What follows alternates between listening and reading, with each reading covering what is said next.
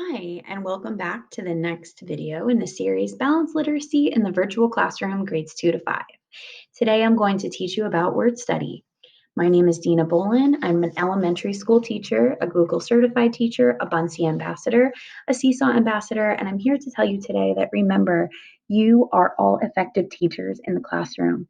You just need to apply those wonderful research-based practices you already have been using and just perfect them in the virtual setting.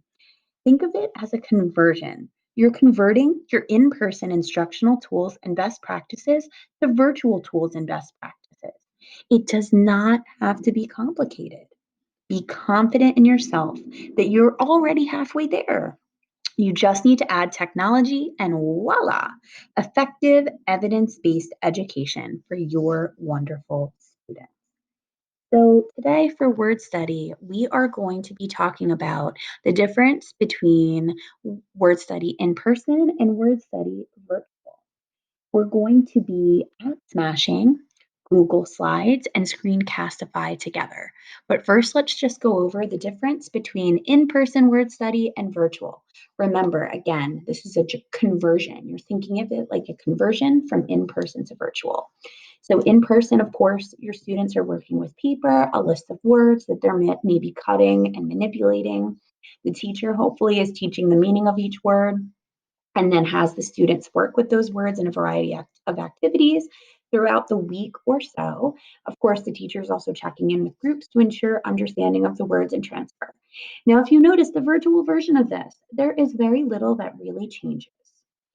Um, there really isn't that big of a difference. All you're doing is you're providing the word lists virtually rather than paper, and you're doing digital activities rather than paper activities.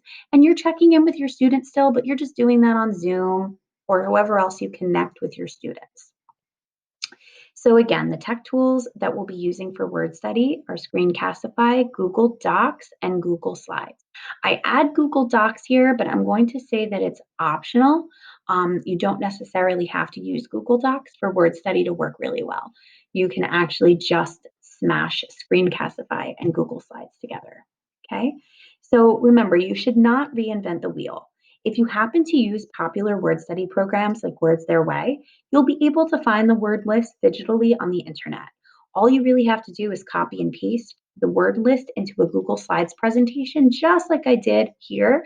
It's linked where it says word list. All they have to do is just click on that, and they're going to actually get a word list that they can then open and use.